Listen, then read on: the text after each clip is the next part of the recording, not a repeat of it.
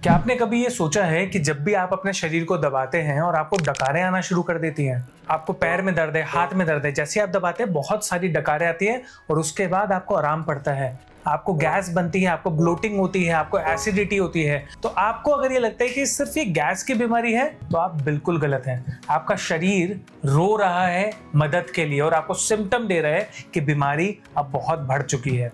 इस वीडियो में हम ये समझेंगे कि ये बीमारी क्या है और किन कारणों से ये बीमारी होती है और कैसे इसको ठीक किया जा सकता है। अगर आप अपने घर में नोटिस कर रहे हैं कोई ऐसे डकारे लेता है और उसको दर्द बहुत ज़्यादा होता है तो ये वीडियो उसको ज़रूर दिखाइए या उसको शेयर करें ताकि उसकी मदद हो सके। स्वागत है आपका तुलसी आयुर्वेदा में। मैं हूं डॉक्टर अंकित अग्रवाल, आप सबकी मदद करने के लिए, आपको बताने के लिए कि आयुर्वेद कैसे आपके शरीर को स्वस्थ बना सकता है। एक नई वीडियो के साथ आया हूं ताकि हम आपको और स्वस्थ बना सके। आज इस वीडियो में हम बात करेंगे आपकी उस बीमारी के बारे में जिसके बारे में शायद कोई बात ज्यादा नहीं करता और आपको भी ये लगता है कि आप अपने बीमारी को बहुत ज्यादा नेग्लेक्ट करते जा रहे हैं, आप भूलते जा रहे हैं। आप ये समझते हैं कि ये तो कॉमन सी चीज है, गैस बनती है तो क्या हो गया, थोड़ा सा दबाते हैं गैस निकल जाती है, आराम पड़ जाता है। पर क्या ये सही चीज है? आप समझिए, आपको कहीं दर्द है, दबा आप कहीं रहे हैं, आपको गैस निकलती है, कितनी बड़ी बीमारी है। ये शरीर आपका बोल रहा है कि आपके शरीर में वात बहुत ज्यादा बढ़ चुका है, जो कि कारण हो सकता है आपके अर्थराइटिस का भी। फीमेल्स में जब बहुत ज्यादा वात बढ़ता है और उसके कारण क्या है, बहुत ज्यादा ब्लोटिंग होती है, बर्पिंग होती है, आपको रेस्टलेसनेस रहती है, शरीर बिना किसी कारण के हमेशा थका रहता है, तो ये कोई छोटी सी बीमारी नहीं, इसका बहुत बड़ा कारण हो सकता है। सबसे पहले समझेंगे कुछ ऐसे कॉमन सिम्टम्स कि आपका कहीं वात बढ़ा तो नहीं है। जब आप अपने शरीर को दबाते हैं तो डकारें बहुत आती हैं, शरीर हमेशा थका हुआ रहता है, हमेशा आपको गैस बनती है और पेट हमेशा फूला हुआ रहता है, शरीर में जोड़ों में हमेशा दर्द रहता है और सर्दियों में ये बढ़ने लगता है या बारिश के समय ये बढ़ता है। आपको हमेशा कॉन्स्टिपेशन रहता है या पेट कभी खुल के साफ नहीं होता, आपके पीरियड्स कभी भी नॉर्मल नहीं होते या हमेशा PMS की कंडीशन रहती है, ठंडी चीजें खाने से तबीयत आपकी बिगड़ जाती है। अगर ये सिम्टम्स आपको मिलते हैं तो आप समझ लीजिए आपका वात बहुत ज्यादा बढ़ा हुआ है। और एक चीज और समझ लीजिए, ये सिर्फ आपके डाइजेशन की वजह से नहीं है, ये कुछ ऐसी बीमारी है जो वात आपके डाइजेशन को भी, आपके हार्मोन्स को भी, आपके नॉर्मल लाइफस्टाइल को भी डिस्टर्ब कर रही है, जिस वजह से ये बड़ी बीमारी बनती जा रही है। आयुर्वेद क्या कहता है कि वात सभी बीमारियों का कारण होता है।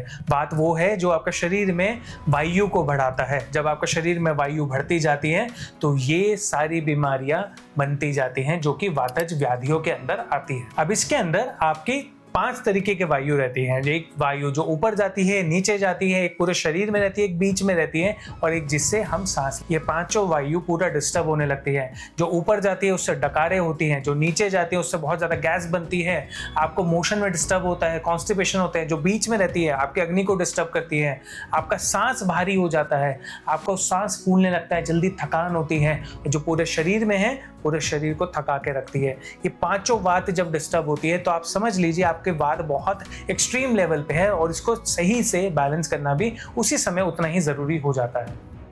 फीमेल्स में ये ज्यादा क्यों होता है? Why this happens only in females? पहली चीज हार्मोनल इम्बैलेंस। जब हार्मोन्स बदलते हैं, या तो आपके मेंसेस डिस्टर्ब है या मीनोपॉज की कंडीशन में है या आपके पीरियड सही से नहीं आ रहे तो वात आपका बढ़ता है। आप ठंडी चीजें खाते हैं, बासी चीजें खाते हैं, फ्रिज की रखी चीजें खाते तो आपका वात बढ़ता है। अगर आप सही खाने के समय आप खाना नहीं खाते तो भी आपका वात बढ़ता है। आप सही समय सोते नहीं हैं, आपको नींद नहीं आती है, बेचैनी रहती है, हमेशा कुछ घबराहट रहती है, तो आप समझ लीजिए आपका वात बढ़ता जा रहा है।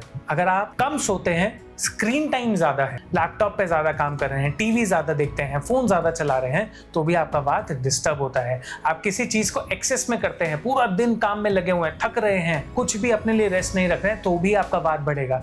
इन्हीं कारणों से वात बढ़ता जाता है, इसीलिए फीमेल्स में ये बीमारियां भी ज्यादा होती हैं। अब आपको लगता है कि थोड़ा सा दर्द हुआ है, आज थोड़ी देर रेस्ट करेंगे, एक दर्द की गोली खा लेंगे, कल ठीक हो जाएगा। ज्यादातर फीमेल यही करती हैं, पर आपका शरीर आपका कुछ समय तक साथ देता है। अगर आपको ये बीमारी बहुत लंबे टाइम तक होने लगती है तो ये बहुत बड़ी बीमारी बनती है, जो कि या तो अर्थराइटिस बनती है या कोई और बीमारी बनती है, जहां पे जोड़ों में आपको दर्द कंटिन्यूअस बना रहता है और स्टिफनेस आना शुरू होती है, मसल्स वीक होनी शुरू हो जाती है, पर कमजोरी बहुत ज्यादा होती है, आपका शरीर भारी होने लगता है, आपके स्किन खराब होने लगती है। ये सारी बीमारियां इसी वजह से बनती है जब आप अपना सही से ध्यान नहीं रखते हैं।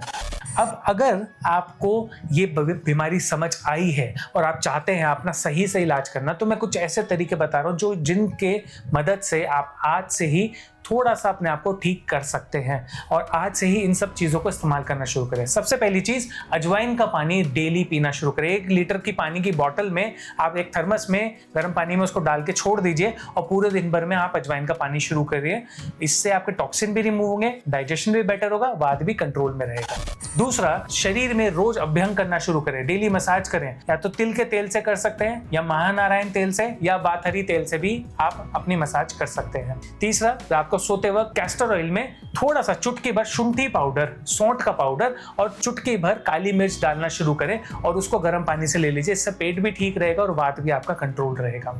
चाय और कॉफी छोड़ के एक ऐसी चाय मैं बता रहा हूँ, इसका आप इस्तेमाल करें जिससे आपका वात सही रहेगा। सौंफ, जीरा, अजवाइन और तुलसी, इनको लेके इनको पका लीजिए, इनकी चाय पीना शुरू करें। दिन में 2 से 3 बार ले सकते हैं और इससे आपका वात काफी हद तक ठीक रहेगा। कोशिश करें चाय कॉफी बिल्कुल बंद कर दीजिए। कैफीन जितना कम रहेगा, बॉडी में डिहाइड्रेशन नहीं होगा, बॉडी वीक नहीं होगी। और सबसे इंपॉर्टेंट चीज ये मैं हमेशा बोलता हूं, आपके मेंटल पीस होना बहुत जरूरी है। शांत रहना शुरू करें। अगर आपको बहुत ज्यादा गुस्सा आ रहा है, इरिटेबिलिटी हो रही है, छोटी छोटी बात पे चिड़चिड़ापन आता है, तो अपने मन को शांत रखना शुरू करें। इसके लिए डेली 20 से 25 मिनट मेडिटेशन, ब्रीदिंग एक्सरसाइज करना शुरू करें। अगर आप वो नहीं कर पा रहे हैं तो कहीं योगा क्लास ज्वाइन करें या फिर आप कोई मेडिटेशन एक्सरसाइज ज्वाइन करें या फिर आप यूट्यूब से ही कोई वीडियो को देखकर उसको ज्वाइन करना शुरू करें।